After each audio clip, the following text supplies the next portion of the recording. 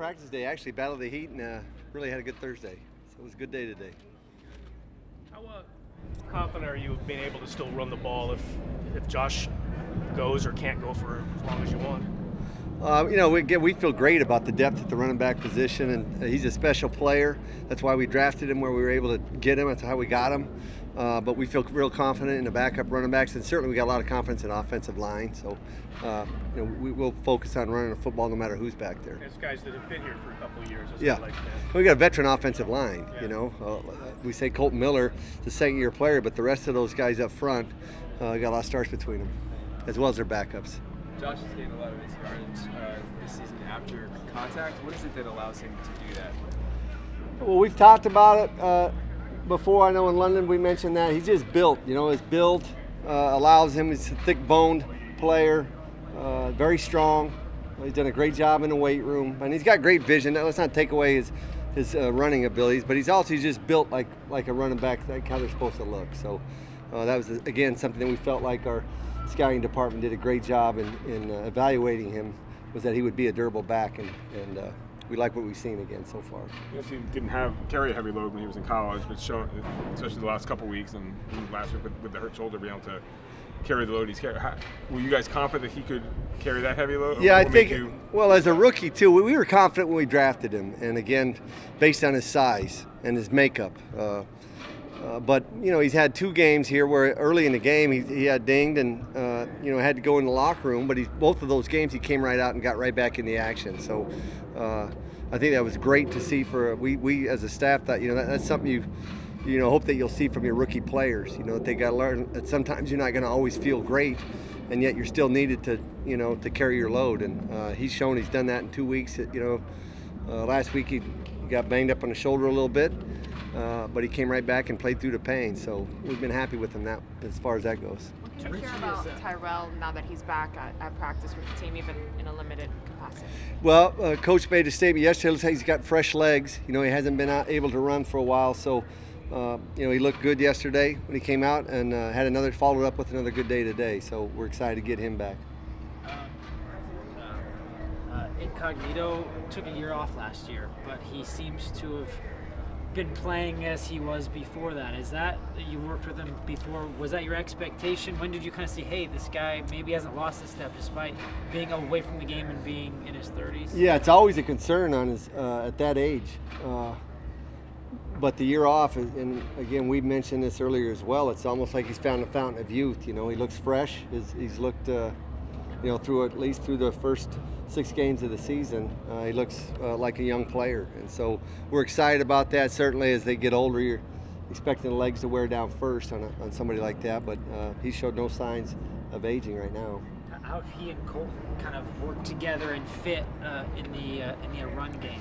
You'd have to ask Colton on that one, but I do know that the young players appreciate Richie Incognito and the way he prepares.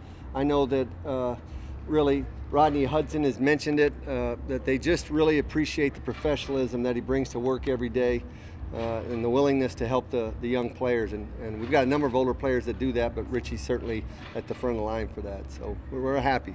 Given the way the line's played, and you still haven't lined up with all the guys you projected to have as starters, what does that say about your depth in the unit as a whole? Yeah, we've been fortunate that way, again, with the depth in that position group. And we said that's the strength we feel like of our offensive side of the ball is the offensive line. And we've been fortunate to have that kind of depth. But this really is the first week that they've all been able to line up together. So we're excited about the guys that we went into the season think it would be the 5 starters now getting a chance to play together.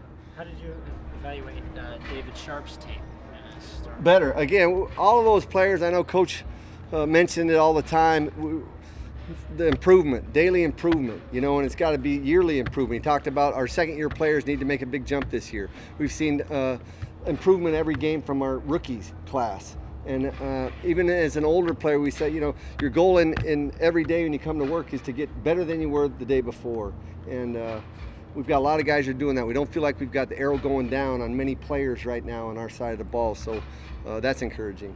Does it look like Zay Jones going to have a pretty good shot to get out there this weekend? Yeah, we've got great competition. We talked about the offensive line. you know, and the depth that they have and the competition that goes on in that room every day, and we're starting to see that now in the players that we've acquired in the wide receiver position. So again, I think, you know, our scouting department's done a nice job of bringing in and trading out some players and adding skill to the wide receiver room. What is it about your tight end group that allows you to use those guys all in sort of so many different ways and a lot of times at the same time? Well, they all possess different abilities, so that makes it easy, and they're all intelligent, extremely intelligent players. We're fortunate that, obviously Waller's, you know, he's a freak in terms of his athletic ability. But then Derek Carrier is also a college wide receiver, so he possesses a great ability to run routes and hand-eye coordination and catch a football. But really Foster Moreau, and he's not a surprise to us as an organization or as a coaching staff, because again, I felt like we evaluated him, and Frank Smith did a great job as well in evaluating Foster, and him being the player that Frank thought he would be, and that our scouting department thought he would be. And he's a better athlete, I guess, than he was projected by a lot of the draft experts out there, but he is the player that we thought he would be. So, and yet he also brings a great strength to the position, so he becomes that blocking tight end, yet is also athletic enough to catch a football. So they all have the unique abilities, but they do things very well, all three of them. From a different perspective, Greg, you guys are going up against the defense, obviously. What do you see Trayvon Mullen giving problems to your guys, and what could he potentially give Houston problems with? Well, he's got good length for a corner and certainly great speed coming out, and the game's not too big for him. Practice isn't too big for him. We see that in a player that all of our Clemson players, you know, he's very even-keeled type guy, but he does great cover skills that we've seen. And again, for him, it's much like we ask of our rookie players on our side of the ball. It's just get better every week. And if you can just focus on that, focus on the process of getting better, then he'll be okay. But you know, we like what we see on our, when we watch the one-on-one tapes with our wide receivers. We've seen a talented corner. What's made the Texans effective at stopping the run this season?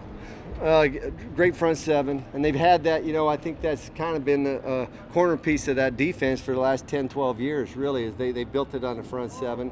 You know, and what makes it easier is they've had guys like Jonathan Joseph, their back end corners are able to cover guys. So when you've got a great rush and then a couple corners on the outside that can cover guys, and it makes it very difficult to move the football.